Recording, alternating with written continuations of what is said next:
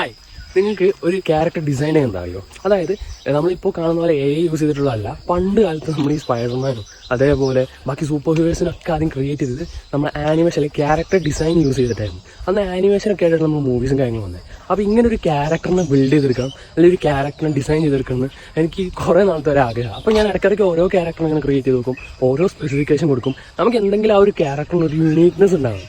ആ യുണീക്നെസ്സിലായിരിക്കും ചിലപ്പോൾ എന്ത് ചെയ്യുക, നമ്മുടെ ആൾക്കാരെ അട്രാക്ട് ചെയ്യുക, നമ്മുടെ ക്യാരക്ടറിനെ ക്യാച്ചിയായി ഫീൽ ചെയ്യുക. അപ്പോൾ അങ്ങനെ കുറേ കാര്യങ്ങൾ ആലോചിച്ച് ഞാൻ ചെയ്യാറുണ്ട്, അങ്ങനെ ഓരോ ക്യാരക്ടറിനെ ബിൽഡ് ചെയ്ത് നോക്കാറുണ്ട്. അപ്പോൾ അങ്ങനെ ഒരു ക്യാരക്ടറെ ബിൽഡ് ചെയ്യുന്നൊരു പ്രോസസ്സിലാണ്. അപ്പോൾ ഒരു ക്യാരക്ടർ 2 ക്യാരക്ടറൊക്കെ ഞാൻ ആദ്യം ഫേസ് മാത്രമായിട്ട് ക്രിയേറ്റ് ചെയ്തു.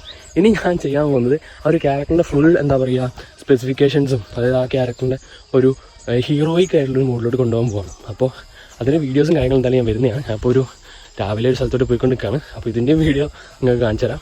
അപ്പോൾ വെയിറ്റ് ചെയ്യാം. Okay, by.